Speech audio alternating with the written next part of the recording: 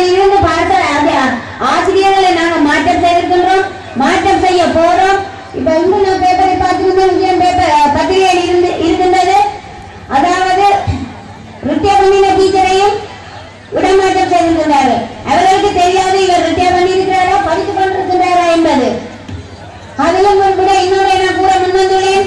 வவுனியா மாவட்டத்தில் என்னை சந்திப்பதற்காக போன ஞாயிற்றுக்கிழமை ஒரு ஆசிரியர் என்னுடைய வீட்டுக்கு அதிகாலை 6 மணிக்கு வந்திருந்தார். நானும் முதல் நாள் என்னுடைய கடமையை செய்து என்னுடைய மக்களை சந்தித்து நானும் லேட்டாகத்தான் படித்திருந்தேன்.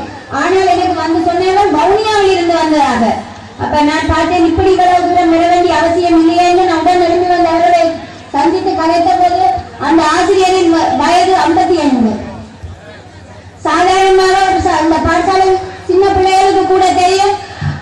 அதாவது குறிப்பிட்ட வயதுக்கு மேல் அந்த ஒரு பாடசாலையில் 25 வருடம் எல்லாம் 30 வருடம் அவர் ஆசிரியராக கடமையாற்றி இருந்தாலும் குறிப்பிட்ட வயதுக்கு மேல் அவர்களை இடமாற்றம் செய்ய முடியாது. அப்படி இருந்து இடமாற்றம் செய்யப்பட்டுள்ளது. நான் ஆசிரியருக்கு நன்றாக விளங்கப்படுத்தி இருந்தேன். உங்களுடைய அந்த வயதின்படி உங்களை இடமாற்றம் செய்ய முடியாது, உங்களுக்கு சர்க்குலர் இருக்கின்றது. ஆனால் நான் அதற்குரிய சோழ டைரக்டருடன் தொடர்பு கொண்ட போது அவர் இந்த சர்க்குலரை மதிப்பதாக இல்லை. நான் அவருக்கு கூறியது அவரை இடமாற்றம் செய்ய வேண்டாமோ அல்லது அவரை அதனை வைத்திருக்கும்படி